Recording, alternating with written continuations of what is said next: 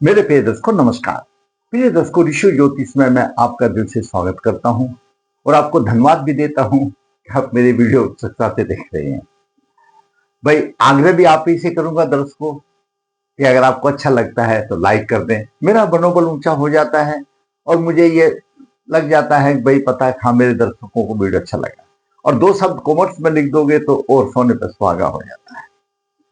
मैं हमेशा ही कहता हूं, आप ही लोगों की कुंडलियां हैं, आप ही लोगों का मार्गदर्शन कर रहा हूं, तो आप इन कुंडलियों से समझना चाहिए आपके विग्रह इसी तरह के हो सकते हैं। आज एक नौजवान का प्रश्न कुंडली है कि मैं प्रयास करता हूं, हर नौजवान शिक्षा के बाद ये प्रयास ही करता है कि उसको अच्छी नौकरी मिल जाए, आजीविका मिल जाए, हर संभव प्रयास करता है और जब थक जाता है, जब कहीं बात नहीं बनती तो लास्ट में वो पंडित जी या धर्माचार्य या एस्ट्रोलॉजी कुछ ही बोलो उनके पास जाता है कि मैं इतना प्रयास कर रहा हूं लेकिन मुझे कहीं से सकारात्मक जवाब नहीं मिल रहा, मेरी परेशानी दूर नहीं हो रही, विवाह में भी परेशानी आ रही है। और विवाह आजकल तो होगा तब जब दो पैसे धंधा मिले, धंधा मतलब नौकरी मिले। तो क्या है जो मुझे सफलता नहीं मिल रही, तो उस कुंडली का हम थोड़ा सा देखते हैं कि उसको क्या योग है जो उसको क्यों नहीं सफलता मिल रही है, क्या कारण है, क्या समस्या है, उससे आपका भी होगा। दर्शकों, ये लगन कुंडली है। लगन कुंडली के 12 भाव में मैं हमेशा बताता हूं कि नए मेरे दर्शक जुड़ते हैं, कुछ नए, उसको भी पता होना चाहिए। लगन लगने स्वयं का प्रतिनिधि है।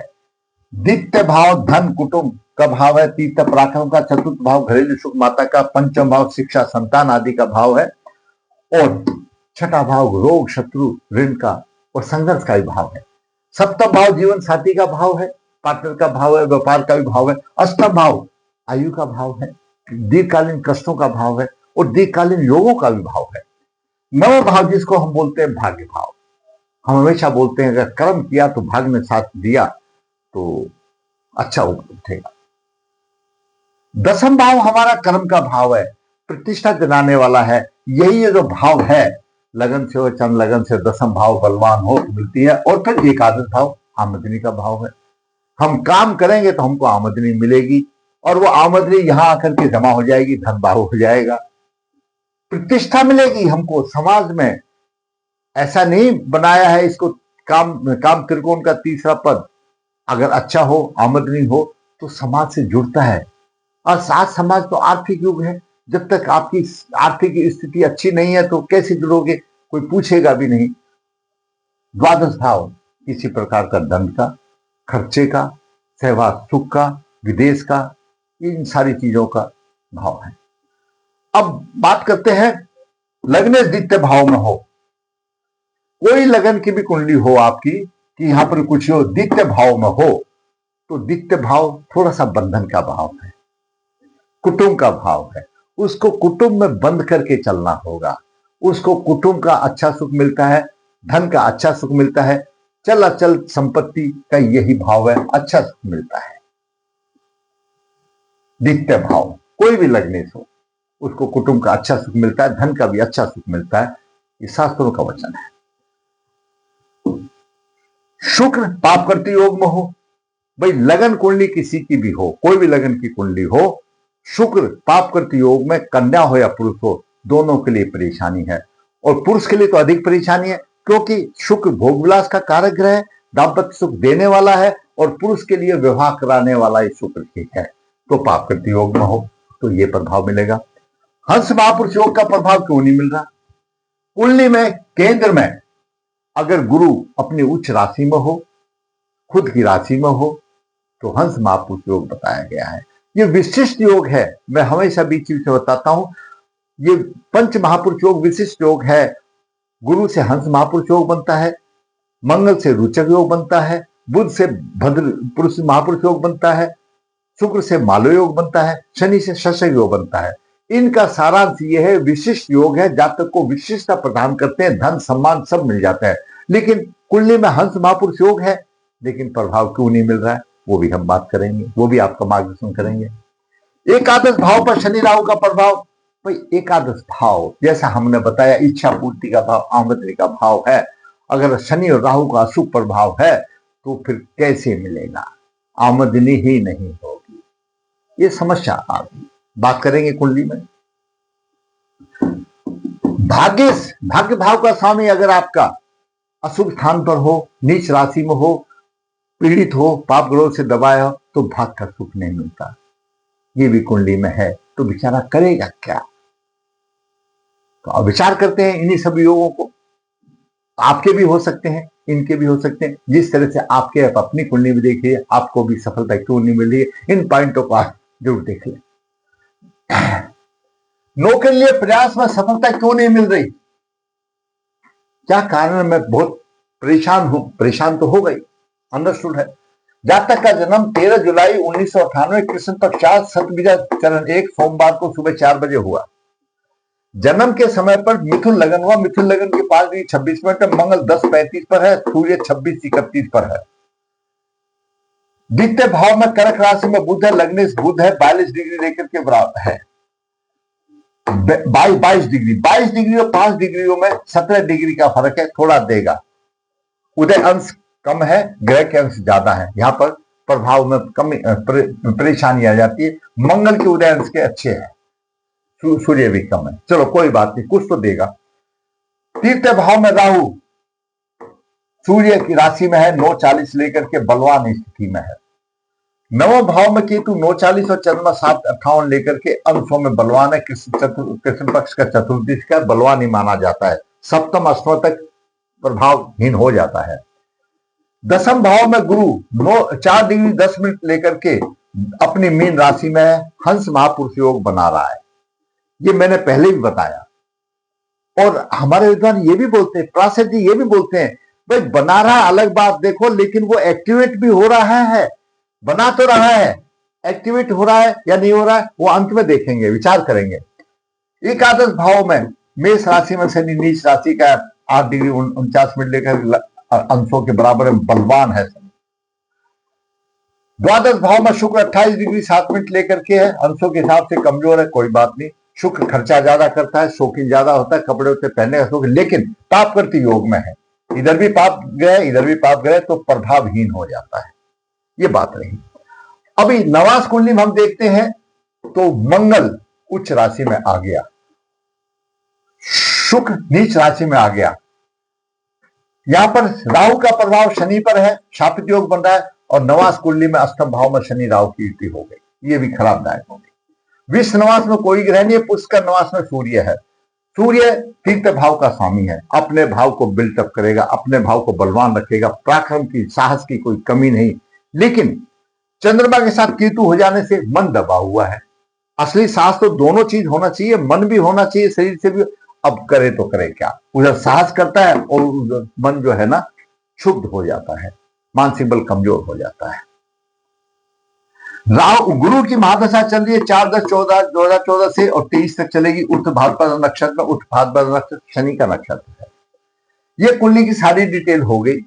अब बात करते हैं मुद्दे की बात, प्रयास। गुरु यहां पर 2 केंद्रों का स्वामी है, केंद्राधिपति दोषी लग गया, प्रभावहीन हो गया। पहली बात, गुरु दोषी हो गया।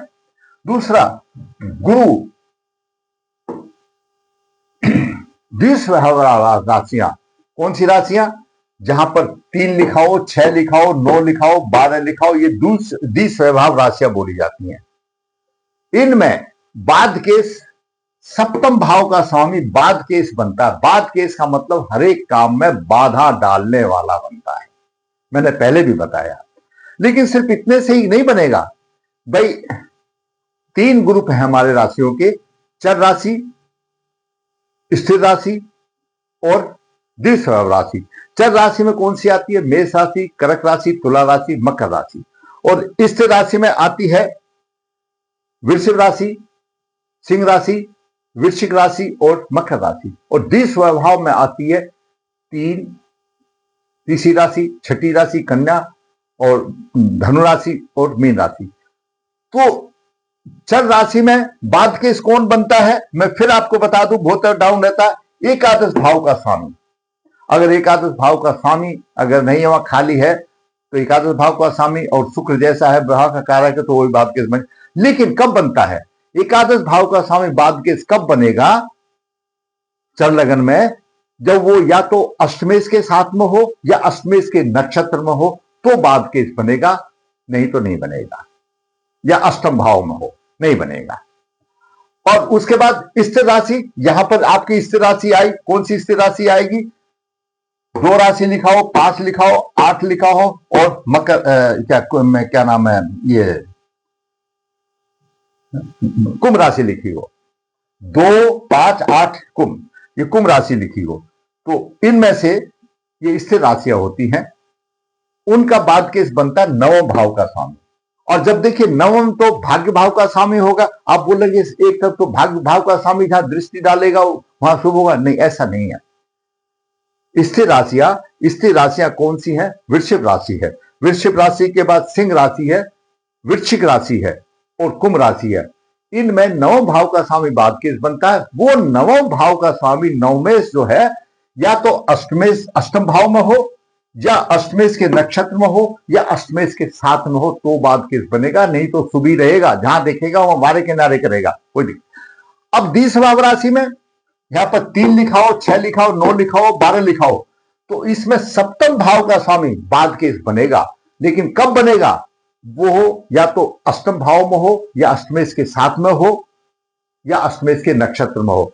तो सप्तम भाव का स्वामी गुरु है, 4 डिग्री अंश लेकर के उत्तर भाद्रपदा नक्षत्र में, शनि का नक्षत्र, अष्टमेश के नक्षत्र में, तो गुरु यहां पर केंद्राधिपति दोषी भी बन गया और बाद केस भी बन गया। हर एक काम में बाधा देगा, हर एक काम में बाधा देगा। और गुरु दसम भाव का स्वामी भी है। अब आप हिसाब लगाओ, अब उसको व्यवसाय कैसे मिलेगा, नौकरी कैसे मिलेगी, ये क्यों आया, उसका प्रायश्चित करने के बाद ही मिलेगी, नहीं तो कोई सूरत नहीं है। जब सजा दे रखी है उतने दिन सजा काटनी पड़ेगी, वो भगवान को पता, हो सकता कल मिल जाए। लेकिन ग्रह योग यही बताता है कि गुरु केंद्राधिपति दोषी भी हो गया, बाद केस भी हो गया, हर एक काम में बाधा देगा, परेशानी आएगी। गुरु सप्तमेश भी है, विवाह में भी बाधा देगा। शुक्र पापकृत योग में है और नवास में नीच राशि में चला गया, वो भी कराना नहीं चाहता, तो विवाह भी कैसे होगा, नौकरी भी नहीं मिलती और विवाह नहीं। दूसरी तरफ आमदनी, एकादश भाव, इच्छा पूर्ति, किस भी बोलो इसको, ये इच्छा पूर्ति का भाव, इच्छा पूर्ति के भाव में शनि और राहु आ गए, शापित योग बन गया। इच्छा पूर्ति कैसी होगी, तो बालक सोचता रहता है मैं क्या करूं क्या नहीं करूं, जिधर हाथ डालता हूं उधर ही परेशानी आती है, ये समस्या आ गई। शुक्र पापकृत योग में नवास मिल जाए और एकादश भाव पीड़ित, आमदनी नहीं, यहां पर व्यवसाय भी नहीं, और शनि भाव से पीड़ित है, नीच राशि में, भाग्य भाव का स्वामी है, भाग्य का साथ भी नहीं, व्यवसाय भी नहीं, आमदनी भी नहीं, भाग्य का साथ भी नहीं, और विवाह में भी परेशानी, तो भाई चिंतित तो होगा ही पूर्व जन्म के कर्मों का। कुछ नहीं, छोटा सा उपाय है इसका, सबसे छोटा सा उपाय है, मैं बताता हूं, बहुत मैंने ऐसी कुंडली देखी है। सिर्फ पितृदोष निवारण कर दो, शापित योग निवारण कर दो, और कालसर्प योग है, कालसर्प निवारण कर दो, और फिर भूल जाओ। 6 महीने के बाद सब कुछ बदला तो नहीं जा सकता, लेकिन वो कहते हैं कि रेलगाड़ी पटरी पर जरूर चल जाएगी, आपको आराम होता नजर आ जाएगा। ये शापित योग, शनि राहु का शापित योग, ये भी सब गायब हो जाएंगे। पितृदोष निवारण करना पड़ेगा, पितृदोष निवारण करना पड़ेगा, शनि राहु का शापित योग करना पड़ेगा, केतु चंद्रमा कीर्ति का दोष निकालना पड़ेगा, और कालसर्प दोष निवारण करना पड़ेगा। इतना काम कर दीजिए, नहीं तो जिंदगी खराब हो जाएगी बालक की। ये माता पिता को पहले से ही सोचना चाहिए था, इसलिए अथक परिश्रम कर रहा है। अब आज के जमाने में कितना पैसा लगेगा, भारतवर्ष में 64 जगह पर नदी के किनारे ज्योतिर्लिंगों में होती है, एक 15-20 हजार रुपए में सारे दोष निकल जाते हैं। आप बताइए, आज के जमाने में कोई वैल्यू है कीमत की? बालक की लाइफ का सवाल है। अच्छी कुर्सी मिलेगी, ये एक्टिव हो जाएगा, पंच महापुरुष योग भी यहां पर मिलेगा उसको, और व्यवसाय भी मिलेगा, सारी चीजें मिलेंगी, लेकिन करना पड़ेगा। बाद केस भी खत्म हो जाएगा, केंद्रा भी दोषी खत्म हो जाए, ये सारे नीच नाच जितने भी अशुभ रोग है क्यों क्यों आए, पूर्व जन्म के कर्मों से। उस कर्मों का हम प्रायश्चित कर देंगे और भगवान वचनबद्ध है, तुम कर्म करो फल मैं दूंगा। आपने प्रायश्चित कर दिया तो आपकी राह हमेशा आसान करेंगे, प्रभु करेंगे। मैं तो सिर्फ मार्गदर्शन करने वाला हूं। कोई भी पंडित जी या गुरु जी आपका मार्गदर्शन कर सकता है। अगर आपको मेरा ये वीडियो अच्छा लगा तो मैं कहूंगा आप लाइक कीजिए, शेयर कीजिए, ताकि आपके दोस्तों का भी मार्गदर्शन हो। और जिसने चैनल सब्सक्राइब नहीं है, सब्सक्राइब कीजिए ताकि आने वाले भी अपडेट आपको मिल सके। धन्यवाद।